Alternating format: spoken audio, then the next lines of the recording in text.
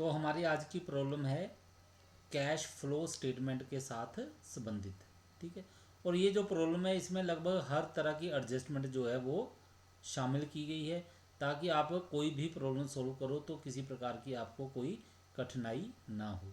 ठीक है। तो आपको एक एडवाइस करना चाहूँगा कि आपने ये प्रॉब्लम करनी है तो सबसे पहले आपने क्या करना है कि इसका कैश फ्लो स्टेटमेंट जो है, इसका जो प्रारूप है, इसका फॉर्मेट है, उसको एक बार अपनी बुक में ज़रूर देख लो। ठीक है।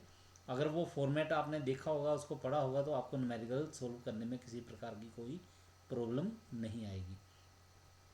तो हमारी प्रॉब्लम क्या है? From the following information prepare cash flow statement for the year ended 31 मार्च 2017। ठीक है। कैश फ्लो स्टेटमेंट आपको बनाने के लिए कहा गया है, कब के लिए? 31 मार्च 2017 को। तो यहाँ पे ये जो आइटम आपको दी गई हैं बैलेंस शीट की, ठीक है, तो ये आइटम आपको प्रीवियस ईयर और करंट ईयर दोनों की दी गई हैं। करंट ईयर आपके पास है 2017 का और प्रीवियस ईयर है 2016 का। तो इसमें दिया है शेयर होल्डर्स फंड्स, इसमें इक्विटी शेयर कैपिटल दी हुई है आपके पास। ठीक है। तो इक्विटी शेयर कैपिटल जो है वो आपके पास कितनी दी है? इस साल आपके पास है 6 लाख और इससे पहले थी आपके पास 5 लाख रुपए की। और 10% रिडीमेबल प्रेफरेंस कैपिटल है, इस साल आपके पास कोई नहीं है और इससे पहले थी आपके पास 2 लाख रुपए की। ठीक है। तो इसका मतलब क्या होता है? इसका मतलब ये देख लो, आपको अभी इन्फॉर्मेशन जो है एडजस्टमेंट हम उनको नहीं देखने हैं।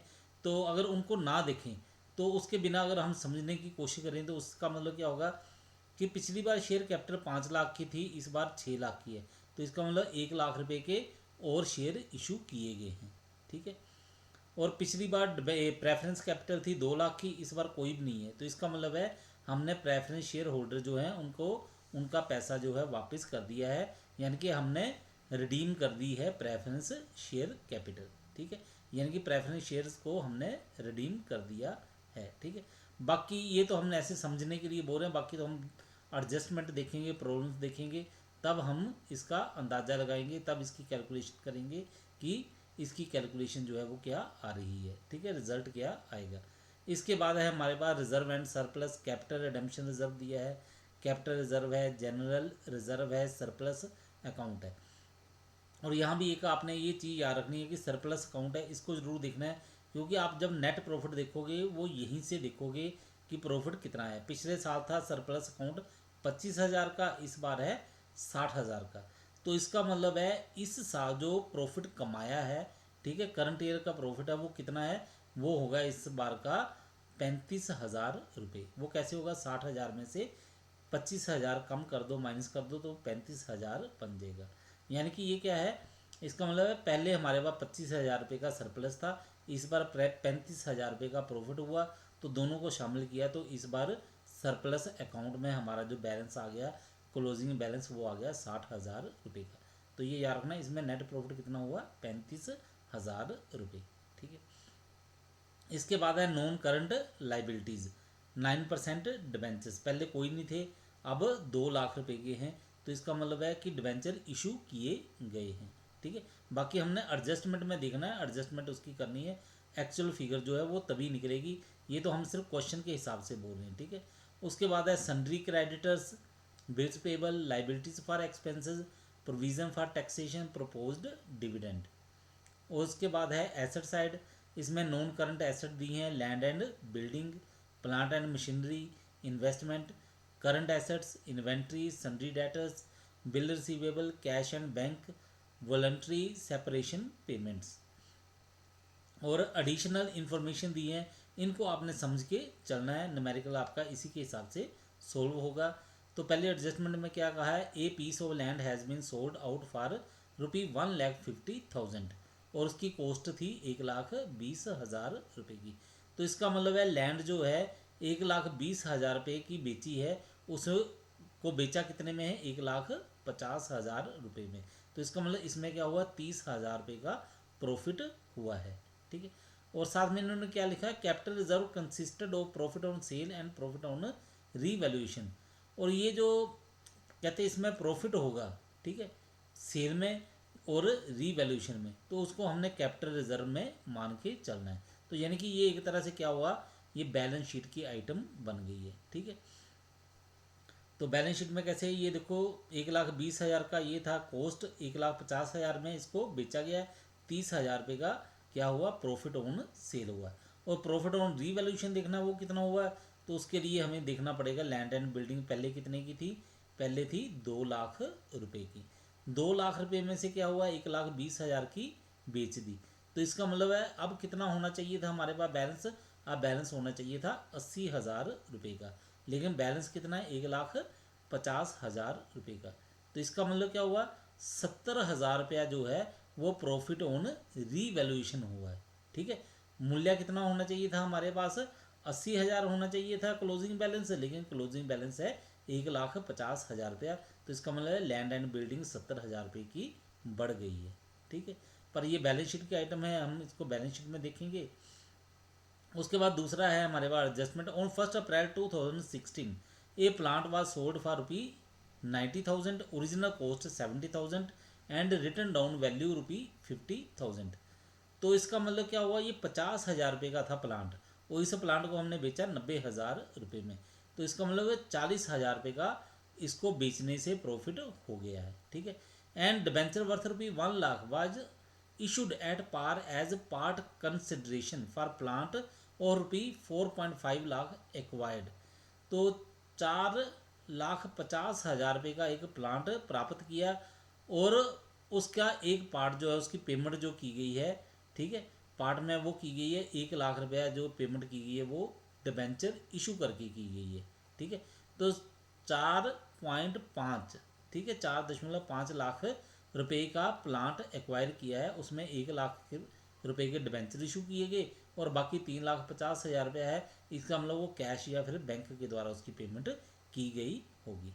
ठीक है, तीसरा क्या है, part of investment cost ₹50,000 was sold for ₹70,000। Investment थी 50,000 रुपये की, उनको 70,000 रुपये में बेच दिया गया, इसका मतलब है 20,000 रुपये का बीच में प्रॉफिट हो गया है। फिर उसके बाद है pre acquisition dividend received ₹5,000 was adjusted against cost of investment. तो प्री एक्विजिशन डिविडेंड भी थे 5,000 रुपये के जो प्राप्त किए गए हैं, उसको कहा गया है कि कॉस्ट ऑफ इन्वेस्टमेंट में उसको एडजस्ट किया जाए। तो इसका मतलब है जो हमने इन्वेस्टमेंट की है उसमें से ये 5,000 रुपया लेस करना पड़ेगा, क्योंकि ये उसकी कॉस्ट है। ठीक है, डिविडेंड जो प्राप्त हुआ है, तो ये कौन सा डिविडेंड था, ये था प्री एक्विजिशन डिविडेंड, तो इसको हमें लेस करना पड़ेगा इन्वेस्टमेंट में से। ठीक है, इसके नेक्स्ट है हमारे पास डायरेक्टर्स है proposed 15% dividend for the current year. Directors ने इस साल के लिए कितना डिविडेंड इशू डिसाइड किया, प्रपोज किया है, वो किया है 15%। ठीक है, उसके बाद है voluntary separation cost of ₹50,000 was adjusted against general reserve. 50,000 रुपये की जो वॉलंटरी सेपरेशन कॉस्ट है उसको एडजस्ट किया जाएगा जनरल रिजर्व में। इसके बाद है income tax liability for the current year was estimated at ₹1,35,000। Income tax की लाइबिलिटी जो बनती है इस साल के लिए वो मानी गई है 1,35,000 रुपये। उसके बाद नेक्स्ट एडजस्टमेंट है depreciation at the rate of 15% has been written off from plant account but no depreciation has been charge on land and building. ये जो प्लांट अकाउंट है, ठीक है, इसके ऊपर डेप्रीशिएशन कहा गया है लगाने के लिए 15%। ठीक है, ये लगाया गया है, और लैंड एंड बिल्डिंग है इसके ऊपर किसी प्रकार का कोई डेप्रीशिएशन नहीं लगाया है। ठीक है, तो इसका हम सोल्यूशन करते हैं। सोल्यूशन करने के लिए हमें सबसे पहली आइटम है ये नेट प्रॉफिट बिफोर टैक्सेशन। ये आपको हर एक न्यूमेरिकल जो है करना है आपने, उसमें ये आपको करनी ही पड़ेगी। सबसे पहले है नेट प्रॉफिट। तो नेट प्रॉफिट आपको मैंने क्वेश्चन में समझाया था। ठीक है, ये है हमारे पास क्लोजिंग बैलेंस, ये है ओपनिंग बैलेंस। क्लोजिंग बैलेंस में से ओपनिंग बैलेंस जो है वो हमने माइनस किया, हमारे पास आ गया नेट प्रॉफिट 35,000 रुपये का। ठीक है, और मान लो ये जो क्लोजिंग बैलेंस है ये कम होता और ओपनिंग बैलेंस ज़्यादा होता, आपका आंसर माइनस में आ जाता, तो उसको हमने मानना था नेट लॉस। ठीक है, उसके बाद इसमें क्या होगा, ऐड प्रोविजन फॉर टैक्सेशन। ठीक है, हमने बिफोर टैक्सेशन पता कर, इसके बाद आपने ऐड करना है प्रोविजन फॉर टैक्सेशन 1,35,000। तो ये देखो ये प्रोविज़न फॉर टैक्सेशन जो है ये आपको एडजस्टमेंट में उन्होंने दी हुई है, ठीक है। ये देखो ये लिखा हुआ है सेवन्थ एडजस्टमेंट में income tax liability for the current year was estimated at ₹1,35,000। मान लो ये वाली नहीं लिखी होती यहाँ पे, तो आपने क्या करना था, आपने क्वेश्चन में देखना था कि मान लो क्वेश्चन में ये एडजस्टमेंट नहीं दी होती और आपको कहा जाता कि अब प्रोविज़न फॉर टैक्सेशन जो है वो आपने पता करनी है करंट ईयर की। तो वो कैसे पता करनी थी, ये देखो ओपनिंग ईयर की है 60,000 और इस साल हुई है 95,000। तो इसका मतलब है इस साल हमने कितनी बनाई है 35,000 की, ठीक है। यानी कि 60,000 पिछली थी और 35,000 इस वर्ष बनाई है। तो टोटल क्लोजिंग बैलेंस जो आ गया वो आया 95,000, ठीक है। और मान लो अगर आपको दिया होता है कि टैक्स पेड है, तो आपने क्या करना था, ये प्रोविज़न देखनी थी आपने, इस प्रोविज़न में से जो आपने टैक्स पे कर दिया है उसको लेस कर देना था, फिर जो बैलेंस आना था उसे आपने क्लोजिंग बैलेंस से माइनस कर देना था, आपके पास आ जाना था current year provision for taxation.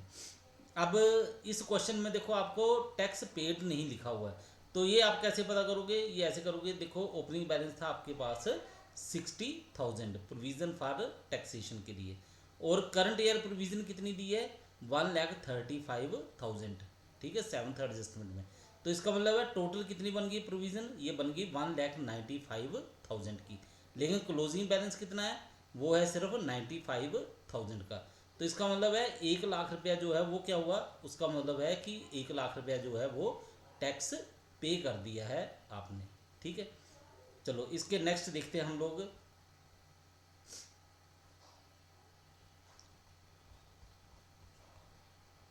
इसके बाद है प्रोपोज्ड डिविडेंड।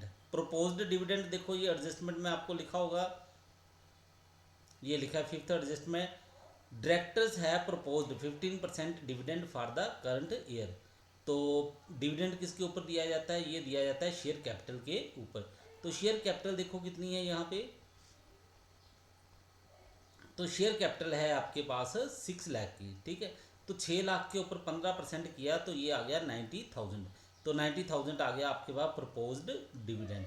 तो प्रपोज्ड डिविडेंड आ गया आपके पास 90,000 और टोटल आप करोगे ये आपके पास आ जाएगा नेट प्रॉफिट बिफोर टैक्सेशन, ठीक है।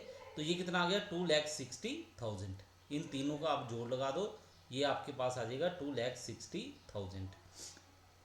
इसके बाद आपने क्या करना है, ये चीज़ तो आपने पता करनी है हर बार नेट प्रॉफिट बिफोर टैक्सेशन। इसके बाद जितनी भी एडजस्टमेंट हैं आपने उन सभी का अकाउंट जरूर बना लेना है या ट्रीटमेंट देख लेनी है कि इसकी ट्रीटमेंट क्या बनेगी। तो पहली एडजस्टमेंट देखो ये पीस ऑफ लैंड है, ठीक है।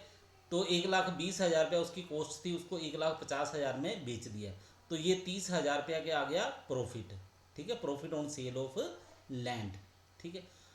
तो साथ में क्या देखिए capital reserve consisted of profit on cell and profit on revaluation. तो उन्होंने कहा कि ये जो 30,000 रुपये आएगा इसको आप कैपिटल प्रॉफिट मानोगे। इसका मतलब है आपके पास ना कैश आया है ना कैश गया है, ये प्रॉफिट क्या होगा आपके पास, इसको आपने कहना है कैपिटल रिजर्व। और साथ में कहा है profit on revaluation. Profit on revaluation कितना बनेगा ये देखते हैं हम लोग। लैंड एंड बिल्डिंग पहले कितने की थी 2 लाख की, ठीक है। 1,20,000 रुपये जो कॉस्ट थी वो बेच दी, बाकी कितनी बची 80,000 की। तो 80,000 की होनी चाहिए थी लैंड एंड बिल्डिंग, लेकिन लैंड एंड बिल्डिंग कितनी की आ गई, ये है 1,50,000 की।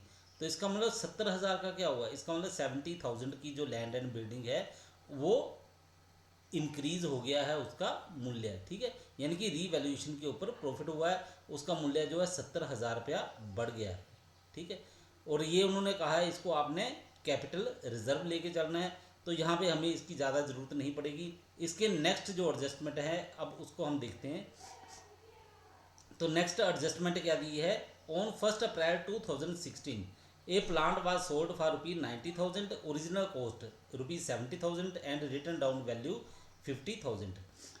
इसका मतलब क्या है कि 50,000 रुपये का प्लांट था उसको आपने 90,000 में बेच दिया, तो इसका मतलब 40,000 रुपये का प्रॉफिट आया है आपके पास, ठीक है, ये आपने कंसिडर करना है। And debenture worth ₹1 lakh was issued at par as part consideration for plant of ₹4.5 lakh acquired. तो 4,50,000 रुपये का आपने प्लांट एक्वायर किया, तो उसके लिए क्या किया, 1 लाख के डिबेंचर इशू किए हैं। तो इसका मतलब है इसमें कैश फ्लो कितने का हुआ, कैश फ्लो हुआ 3,50,000 रुपये का। ठीक है, 4.5 लाख रुपये का प्लांट था। ठीक है, तो उसमें क्या किया, 1 लाख के तो डिबेंचर दे दिए और बाकी के 3.5 लाख जो था वो क्या हुआ, वो कैश पे किया गया है, चाहे चेक के द्वारा दिया है या फिर कैश के द्वारा। तो इसका मतलब है कैश का जो फ्लो हुआ है वो हुआ 3,50,000 रुपये का। तो देखते हैं इसका हम एडजस्टमेंट में ये अकाउंट कैसे बनाना है। तो ये डेप्रीशिएशन है प्लांट के ऊपर। तो डेप्रीशिएशन कैसे करना है, ये आपको एडजस्टमेंट में दिया होगा। डेप्रीशिएशन के लिए ये लिखा है, depreciation at the rate of 15% has been written off from plant account but no depreciation has been charge on land and building. तो ये जो प्लांट अकाउंट है इसके ऊपर आपने 15% डेप्रीशिएशन लगाना है। तो प्लांट देखना है हमने कितना है हमारे पास। तो प्लांट शुरू में था हमारे पास 5 लाख रुपए का। तो 5 लाख में क्या किया गया, 50,000 रुपये का बेच दिया। इसका मतलब बाकी बच गया 4,50,000 रुपये का। ठीक है, और 4,50,000 का और ख़रीदा है, तो 9 लाख रुपये का हमारे पास प्लांट हो गया। तो 9 लाख के ऊपर 15% के हिसाब से डेप्रीशिएशन लगाओ, वो बन जाएगा 90,000। ठीक है, तो ये जो प्लांट बेचा हुआ है इसके ऊपर डेप्रीशिएशन नहीं लगेगा क्योंकि 1 अप्रैल 2016 को बेचा गया है। ठीक है, जैसे यानी कि साल शुरू हुआ था उसी समय इसको बेच दिया गया, इसलिए इसके ऊपर डेप्रीशिएशन नहीं लगा है। हमने 9 लाख के ऊपर डेप्रीशिएशन लगाया, वो आ गया हमारे पास 15% के हिसाब से 1,35,000 रुपये। ठीक है, फिर उसके बाद परचेज ऑफ प्लांट, ये आपको बताया 4,50,000 रुपये का प्लांट था, 1 लाख रुपये के डिबेंचर इशू कर दिए, तो इसका मतलब है 3,50,000 रुपये का प्लांट आपने खरीदा है। उसके नेक्स्ट देखते हैं एडजस्टमेंट क्या है। जितनी भी एडजस्टमेंट है उसकी ट्रीटमेंट आपको ज़रूर पता होनी चाहिए। उसकी नेक्स्ट एडजस्टमेंट है हमारे पास इन्वेस्टमेंट का। तो 50,000 रुपये की इन्वेस्टमेंट थी, उसको 70,000 में बेच दिया। तो इसका मतलब क्या हुआ, इसका मतलब हुआ 20% प्रॉफिट हुआ है सेल ऑन इन्वेस्टमेंट। ठीक है, और फिर साथ में लिखा है pre acquisition dividend received ₹5,000 was adjusted against cost of investment. तो 5,000 रुपये का प्री एक्विजिशन डिविडेंड भी है। ठीक है, प्राप्त हुआ है। तो इसे आपने क्या करना है, ये कहा गया उसको एडजस्ट करना है कॉस्ट ऑफ इन्वेस्टमेंट के ऊपर। तो इसका मतलब जितने की इन्वेस्टमेंट है उसमें से आपने 5,000 रुपया जो है वो माइनस कर देना है इसकी कॉस्ट मान के। ठीक है, तो ये देख लो इन्वेस्टमेंट आपके पास कितनी थी, शुरू में थी 80,000, अब है 50,000। ठीक है, और उसमें से इन्वेस्टमेंट के लिए क्या किया है, पार्ट ऑफ इन्वेस्टमेंट यानी कि 50,000 की बेच भी दी गई है।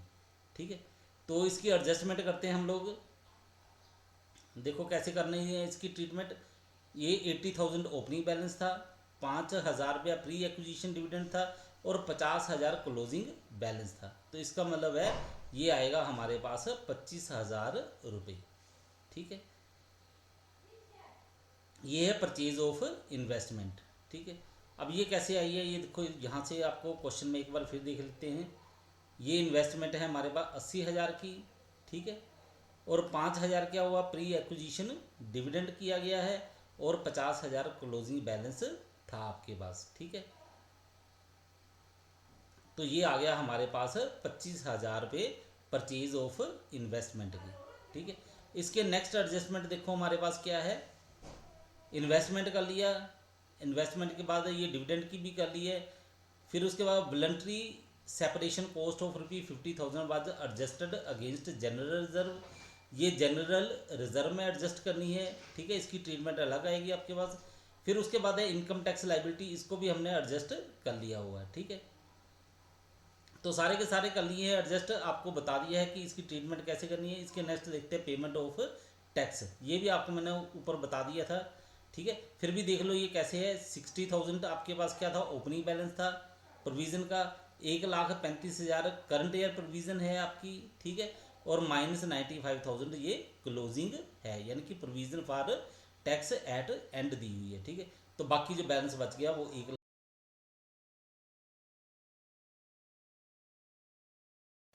तो अब हम करते हैं इसका main solution, cash flow statement for the year ended 31 मार्च 2017। तो इसमें पहले देख लेना 3 पार्ट बनते हैं। पहला पार्ट होगा आपके पास cash flow from operating activities, फिर उसके बाद देखो आपके पास बी पार्ट बनेगा cash flow from investing activities, और तीसरा पार्ट बनेगा आपके पास cash flow from financing activities, और इसके बाद आपका जो आंसर है वो आएगा cash and cash equivalent at the and.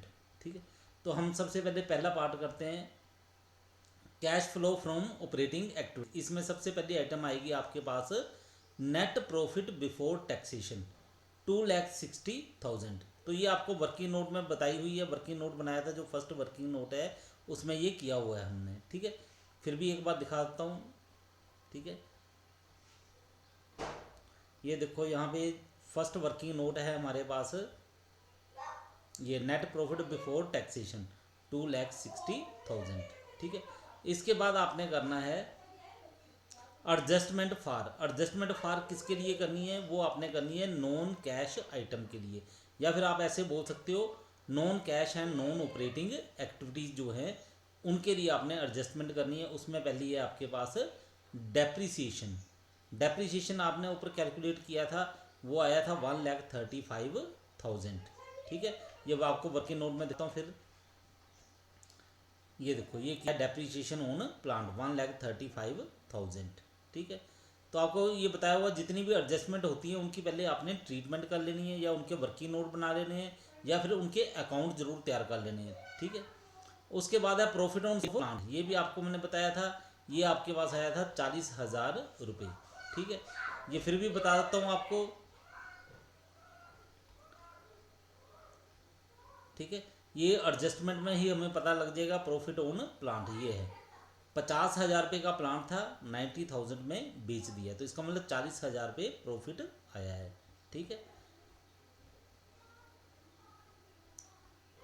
तो ये आपने कर दिया 40,000, और ये ब्रैकेट में किया। ब्रैकेट का मतलब है कि ये माइनस की आइटम है, तो इसमें याद रखना भी आपने ऐड क्या करना है, ऐड वो करनी है आइटमें प्लस उनको करना है जो होंगी non cash and non operating expenses. ठीक है, non cash and non operating expenses जो हैं उनको आप करोगे ऐड, और non cash and non operating income जो होंगी उनको आप करोगे माइनस। ठीक है, और ये पहला डेप्रीसिएशन एक्सपेंसेस था, आपका एक्सपेंडिचर था, इसको आपने प्लस कर दिया। प्रॉफिट ऑन प्लांट ये आपके पास इनकम हुई, आपने माइनस कर दी। Profit on sale of investment ये भी आपको बताया है, ये आपकी माइनस होगी 20,000 की। उसके बाद है इंटरेस्ट ऑन डिबेंचर्स 18,000, ये आपके पास एक्सपेंडिचर है, ये आपने क्या करना है, इसको प्लस कर देना है। तो इंटरेस्ट ऑन डिबेंचर देख लो आपका कितना बनेगा। ठीक है, ये ऊपर आपको क्वेश्चन में देखना पड़ेगा, ये लिखा हुआ 9% डिबेंचर्स। तो 2 लाख के ऊपर 9% करोगे इंटरेस्ट, तो ये बन जाएगा आपके पास 18,000 रुपये। ठीक है, तो ये आपने कर दिया बीच में। ठीक है,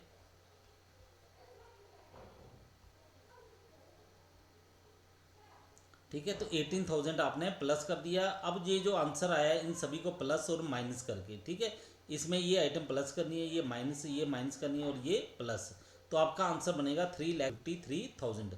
तो ये जो आंसर आया इसको हम बोलेंगे operating profit before working capital change. इसके बाद आपने क्या करना है, ये देखो बीच में कुछ आइटम माइनस किए हैं, कुछ प्लस किए हैं। ठीक है, तो यहाँ पे आपने देखना है कि अगर करंट एसेट्स डिक्रीज होती हैं, ठीक है, उनकी वैल्यू कम होती है तो उनको प्लस कर देना है आपने। अगर उनकी वैल्यू बढ़ जाती है करंट एसेट की, ठीक है, तो उसको आपने माइनस कर देना है। ठीक है, अगर वैल्यू बढ़ जाएगी तो माइनस, अगर कम हो गई तो प्लस। ठीक है, फिर एक बार देख लो, अगर इंक्रीज होगी करंट एसेट तो आपने उसको करना है माइनस, अगर डिक्रीज होंगी तो उनको आपने करना है प्लस। इसी प्रकार जो लाइबिलिटीज़ हैं करंट लाइबिलिटीज़, तो उनको आपने उलट करना है, अगर वो इंक्रीज होती हैं, ठीक है, तो उनको आप क्या करोगे, माइनस करोगे। ठीक है, नहीं एक मिनट सुन लो, इंक्रीज होंगी अगर करंट लाइबिलिटीज, ठीक है, तो उनको आप करोगे प्लस, अगर डिक्रीज हो जाएंगी तो उनको आप करोगे माइनस। तो एक बार फिर से बता देता हूँ, फिर सुन लो, अगर आपके पास करंट एसेट्स जो हैं अगर वो इंक्रीज हो जाती हैं तो उनको आप माइनस करोगे, अगर डिक्रीज हो जाएंगी तो उनको आप प्लस करोगे। और करंट लाइबिलिटी है वो इसके उलट होगा, अगर इंक्रीज होती है करंट लाइबिलिटी तो आप उनको प्लस करोगे, अगर डिक्रीज होंगी करंट लाइबिलिटी, ठीक है, तो उनको आप माइनस करोगे। तो इंक्रीज इन इन्वेंट्री, स्टॉक जो है वो बढ़ गया 5,000 रुपये का, उसको हमने माइनस कर दिया है, ठीक है। ये देख लो इधर करंट एसेट, आपको इधर बोल के ही दिखा देता हूँ मैं, ऊपर क्वेश्चन में देख लेना आपने, ठीक है। ये करंट एसेट ये देखो 90,000 की थी, इन्वेंट्री बढ़ के 95,000 की होगी, ठीक है, बढ़ गई है, आपने क्या किया इसको माइनस। अब इसके बाद सन्ड्री डेटर देखो, पहले 1,30,000 के थे, 1,75,000 के हो गए, बढ़ गए, इनको भी आप माइनस करोगे। बिल रिसीवेबल पहले 70,000 के थे, अब क्या हुआ, ये कम हो गए, ठीक है, कम हो गए हैं तो इनको आप प्लस कर दोगे, ठीक है। फिर ये कैश को नहीं आपने लेके चलना है, ठीक है, बस यही है आपके पास। तो ये देख लो आपके पास फिर कैसे करोगे आप, इंक्रीज इन इन्वेंट्री माइनस हो गया, decrease in bill receivable plus हो गए, इंक्रीज इन डेट माइनस हो गए। फिर उसके बाद लाइबिलिटी साइड है, उसमें भी आप देख लेना, क्रेडिटर्स जो है, ठीक है, वो इंक्रीज हुए हैं प्लस कर दिए, बिल पेबल डिक्रीज हुए हैं उनको माइनस कर दिया, एक्रूड लाइबिलिटीज इंक्रीज हुई हैं, इनको आपने प्लस कर दिया है, ऊपर आप क्वेश्चन में देख सकते हो, ठीक है। अब आपका इसने आपने क्या करने का, टोटल लगा देना है, ठीक है, जो प्लस वाली आइटम है उनको प्लस कर देना है इसमें 3,53,000 में, और जो माइनस वाली है उनको माइनस कर देना है, प्लस वाली को प्लस कर देना है। आपके पास आ जाएगा आंसर 3,23,000 रुपये। इसको हम बोलेंगे कैश जनरेटेड फ्रॉम ऑपरेशंस। इसमें अब आपने क्या करना है, इनकम टैक्स पेड, जो टैक्स पे कर दिया उसको आप लेस कर दोगे, 1,00,000 रुपये का था, लेस कर दिया, ये आ गया आपके पास 2,23,000 रुपये, ठीक है। उसके बाद है वही सेपरेशन पेमेंट, वो 1,10,000 की थी, ठीक है, इनको आप बीच में से लेस कर दो, आपके पास नेट कैरिटिंग एक्टिविटीज़, ठीक है। तो ये आ गया 1,13,000 रुपये। अब इसके बाद बी आइटम है आपके पास, बी पार्ट वो है cash flow from investing activities. Investing activities हैं जो आपके पास एसेट साइड है, ठीक है, उसमें आपने वो आइटमें ले लेनी है एसेट साइड्स की, ठीक है। अगर सेल की हुई है या, ठीक है, सेल छोड़ो, आप ऐसे देख लो कि अगर आपके पास कैश आएगा तो उसको प्लस कर दोगे, अगर कैश चला जाएगा तो उसको आप माइनस कर दोगे। अब लैंड को सेल लैंड, इससे क्या हुआ, कैश आया था प्लस कर दिया, सेल ऑफ प्लांट आया था प्लस कर दिया, ऊपर वर्किंग नोट में समझाया हुआ ये सारा आपको। सेल ऑफ इन्वेस्टमेंट थी, ठीक है, एडजस्टमेंट में दी हुई है सारी की सारी और आपको समझाई हुई है, तो कैश आया है प्लस कर दिया। परचेज ऑफ प्लांट, प्लांट खरीदा तो कैश चला गया माइनस कर दिया।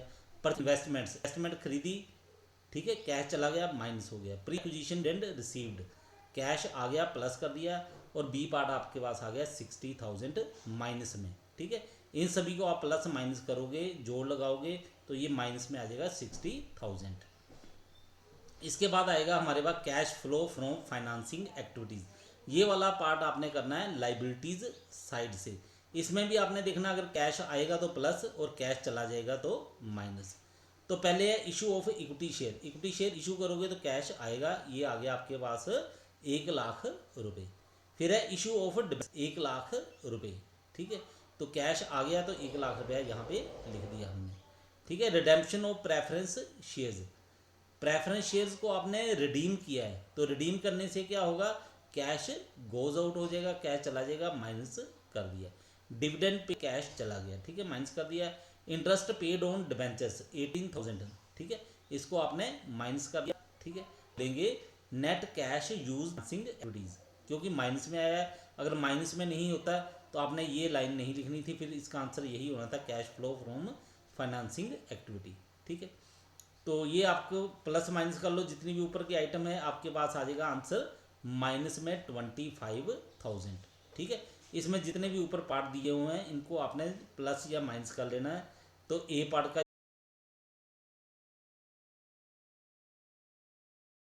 आपके पास आ गया 1,13,000 रुपये, ठीक है। इसके नेक्स्ट आपके पास बी पार्ट है 60,000 माइनस का, उसमें से माइनस कर देना आपने। सी पार्ट जो है ये भी आपके पास आया है माइनस में 78,000, ठीक है। तो इन दोनों को आप माइनस कर दोगे उसमें 1,13,000 रुपये में से, तो आपके पास आंसर आ जाएगा 25,000 माइनस का, ठीक है। और यहाँ पे आपने क्या करना है, cash and cash equivalent in the beginning, 90,000। तो ये आपको क्वेश्चन में दिया हुआ है, cash and cash equivalent in the beginning. ठीक है, ये आपको क्वेश्चन में दिखा देता हूँ, बैलेंस शीट में दिया हुआ है आपके पास।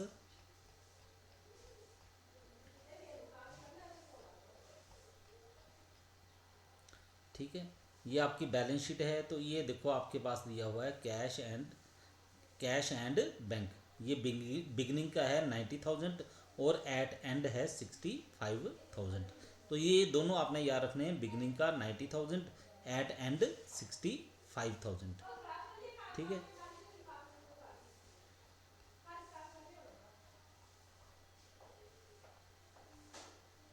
तो ये आपने कर दिया cash and cash equivalent in the beginning 90,000। अब इसमें आप प्लस करो। ठीक है, एक माइनस की रकम है, एक प्लस की है। ठीक है, तो ऐड करोगे तो यानी कि एक तरह से माइनस ही होगा। ठीक है, माइनस कर दोगे 90,000 में से 25,000 को, तो आपके पास आंसर आएगा 65,000। Cash and cash equivalent at the and. तो ये जो एंड में ऊपर बैलेंस शीट में जो आपको क्वेश्चन में लिखा हुआ है cash and cash equivalent at the and, और ये जो आपका आंसर आया है ये आपका सेम होना चाहिए। अगर ये आपके पास सेम आ गया तो इसका मतलब है आपका आंसर बिल्कुल ठीक है। ठीक है, एक बार फिर दिखा देता हूँ, ये आपका आंसर आया है 65,000 कैश एट एंड।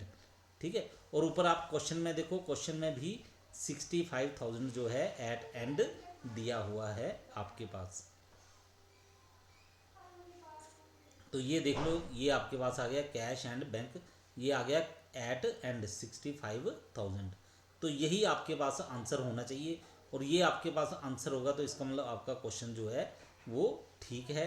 अगर ऐसा सेम नहीं हुआ तो इसका मतलब आपका क्वेश्चन गलत होगा। ठीक है, तो ये वाला जो क्वेश्चन था इसमें जितनी भी एडजस्टमेंट बनती थी लगभग सारी की सारी आपको बता दी हैं। ठीक है, सवाल करने का तरीका भी आपको समझा दिया है। अगर फिर भी नहीं पता लगा तो आपको इसके लिए जो ज़रूरी पार्ट्स हैं, जैसे A B C पार्ट जो बने हुए हैं कैश फ्लो स्टेटमेंट के, इनको अलग अलग आपको इनका फॉर्मेट बता दूंगा कि कैसे होता है। ठीक है, और ये जो नेट प्रॉफिट आप पता करते हो इसके बारे में भी बता दूंगा अलग से कि ये नेट प्रॉफिट आप कैसे पता करोगे। ठीक है, बिफोर इनकम टैक्स जो आप पता करते हो। ठीक है, तो इसके लिए अलग से वीडियो बना के आपको लेक्चर दे दूंगा, तो उसको आपने अच्छी तरह से समझ लेना है। ठीक है,